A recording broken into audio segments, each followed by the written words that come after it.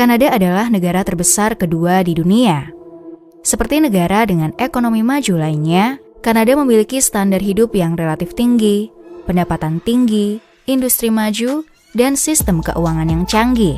Namun di sisi lain, Kanada tengah menghadapi permasalahan ekonomi makro yang telah membuat ekonom menilai Kanada sebagai negara maju dengan ekonomi terburuk dalam beberapa dekade ke depan. Letak geografis Kanada memiliki keunggulan dan kelemahan.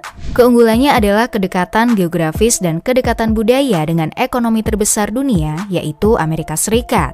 Kanada juga memiliki akses langsung ke Samudra Pasifik dan Samudra Atlantik, di mana peluang perdagangan internasional terbuka luas. Kelemahannya adalah sebagian besar wilayah di Kanada adalah tundra yang tidak berpenghuni dan populasinya sangat terpusat hanya di beberapa kota saja.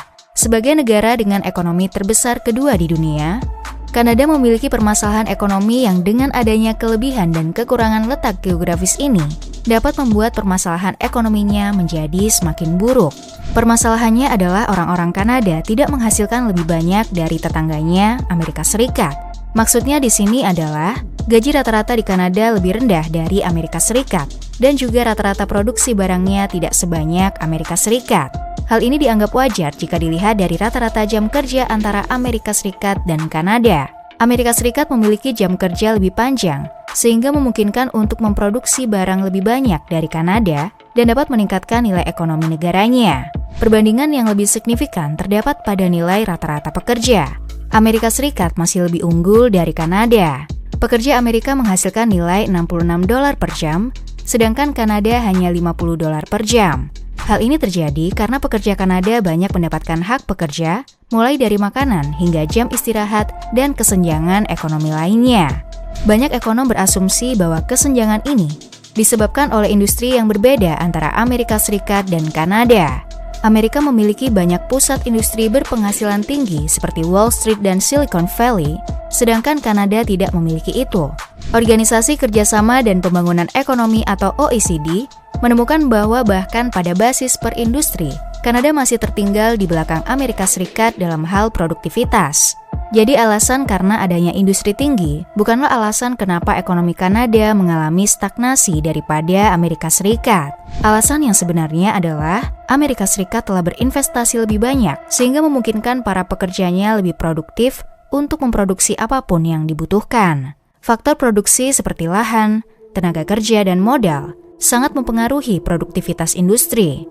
Jika suatu negara memiliki tenaga kerja potensial yang sehat, cerdas, dan mumpuni, maka dapat memungkinkan suatu negara tersebut memiliki industri yang produktif.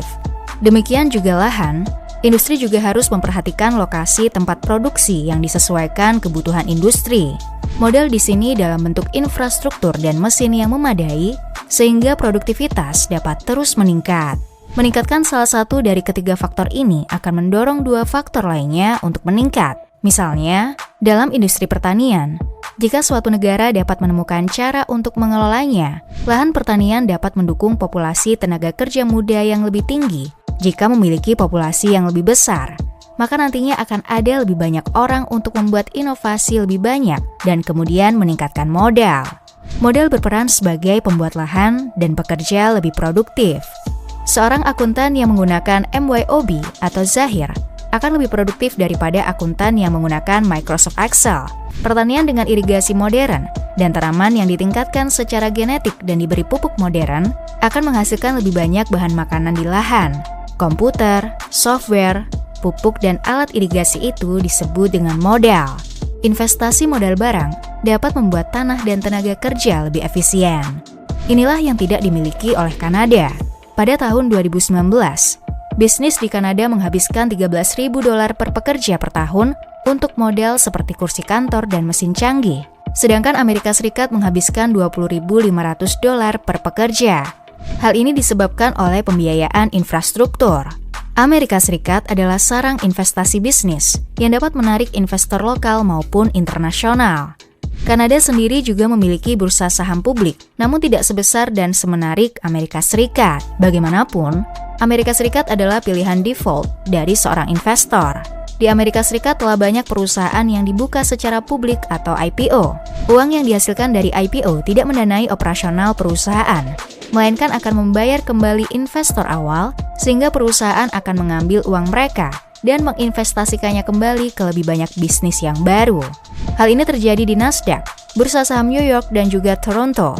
Perbedaannya adalah bahwa pasar Amerika secara proporsional jauh lebih besar dan ada lebih banyak likuiditas tersedia untuk bisnis dari semua ukuran.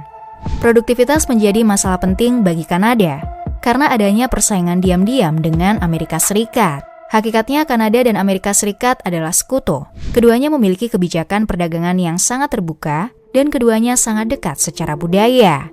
Tetapi semua itu akhirnya membuat pertempuran yang sengit. 45.000 orang Kanada pindah ke Amerika Serikat per tahunnya, sedangkan orang Amerika hanya 9.000 orang yang pindah ke Kanada setiap tahunnya.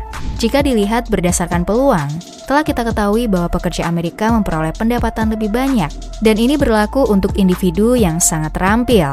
Penerima pendapatan tertinggi di Kanada dapat menghasilkan lebih banyak uang dengan pindah ke Amerika Serikat dan akan membayar pajak lebih sedikit, yang kemudian menyebabkan Kanada kekurangan tenaga terampil karena banyak dari mereka yang lebih memilih pindah ke Amerika. Migrasi tenaga terampil mungkin bisa menjadi hal yang hebat, namun ada beberapa efek samping, yaitu keterjangkauan perumahan.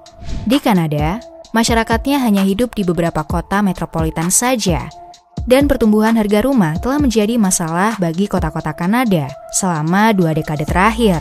Berdasarkan peringkat perekonomian nasional Economy Explained, Kanada adalah negara dengan ekonomi terbesar ke-8 di dunia dengan PDB 1,64 triliun dolar.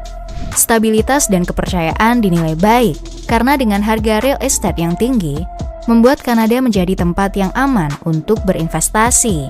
Kanada juga memiliki pemerintah yang demokratis, yang kuat dan stabil, dan mampu mengelola ekonomi negaranya dengan baik. Pertumbuhan ekonomi Kanada tidak terlalu baik, karena tidak ada pertumbuhan PDB selama 1 dekade terakhir. Kanada memiliki industri pertambangan, keuangan, dan industri pertanian yang kuat, namun tidak dapat menandingi tetangganya, Amerika Serikat.